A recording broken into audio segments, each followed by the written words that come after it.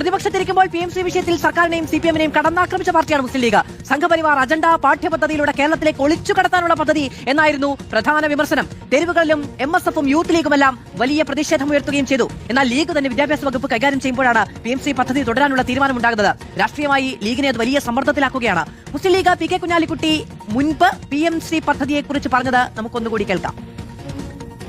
ആശയപരമായ വലിയ ഒരു അഭിപ്രായ വ്യത്യാസമാണ്. ആദർശം അതാണല്ലോ നിലപാട് കോംപ്രമൈസ് ചെയ്തിട്ട് ഇനി ആരൊക്കെ ഇതിനോട് അതായത് സാഷ്ടാംഗം പ്രണാമിക്കും എന്ന് നമുക്ക് നോക്കാം. ഞങ്ങൾ ഏതായാലും ഇല്ല.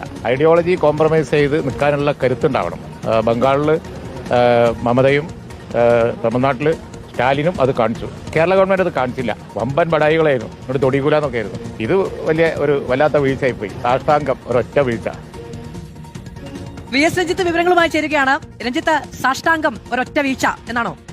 മധു, സാഷ്ടാംഗം പറയാതെ നിവർത്തിയില്ല എന്ന് UDF-നും സമ്മതിക്കേണ്ടി വരികയാണ്. കേന്ദ്രത്തിന്റെ ഫണ്ട് വേണ്ട എന്ന് തീരുമാനിച്ചാൽ തീരാവുന്ന പ്രശ്നമേ ഉള്ളൂ. പക്ഷേ അങ്ങനെ തീരുമാനിക്കാൻ മാത്രം സാമ്പത്തിക ശേഷിയോ സാമ്പത്തിക സ്വയം പര്യാപ്തതയോ ഉള്ള ഒരു സംസ്ഥാനമല്ല കേരളം എന്നുള്ളത് കൊണ്ട് തന്നെ അവകാശപ്പെട്ട പണം അത് സ്വീകരിക്കുക തന്നെ വേണം. ആ അവകാശപ്പെട്ട പണം സ്വീകരിക്കുമ്പോൾ ആദർശപരമായി അടിയറവ് പറയേണ്ടതുണ്ടോ എന്നുള്ളൊരു ചോദ്യം അവിടെ ബാക്കിയാണ്. ഏതായാലും ലീഗിനെ സംബന്ധിച്ചൊരു പ്രതിസന്ധിയുണ്ട്. കാരണം PM-ശ്രീ പദ്ധതി RSS-ന്റെ പദ്ധതി എന്ന് ബ്രാൻഡ് ചെയ്തതിൽ ഏറ്റവും പ്രധാനപ്പെട്ട ഉത്തരവാദിത്തം ലീഗിന് തന്നെയാണ്. പ്രതിപക്ഷത്തിരിക്കുമ്പോൾ സർക്കാരിനെതിരെ പറയാൻ കിട്ടുന്ന എല്ലാ വടികളും എടുത്തുപയോഗിച്ചു എന്നുള്ളതാണ് സത്യം. പക്ഷേ ഭരണകക്ഷിയായപ്പോഴാണ്, ഭരിക്കുമ്പോഴാണ് അതിന്റെ പ്രായോഗികമായ ബുദ്ധിമുട്ടിലേക്ക് സർക്കാർ മനസ്സിലാക്കുന്നത്.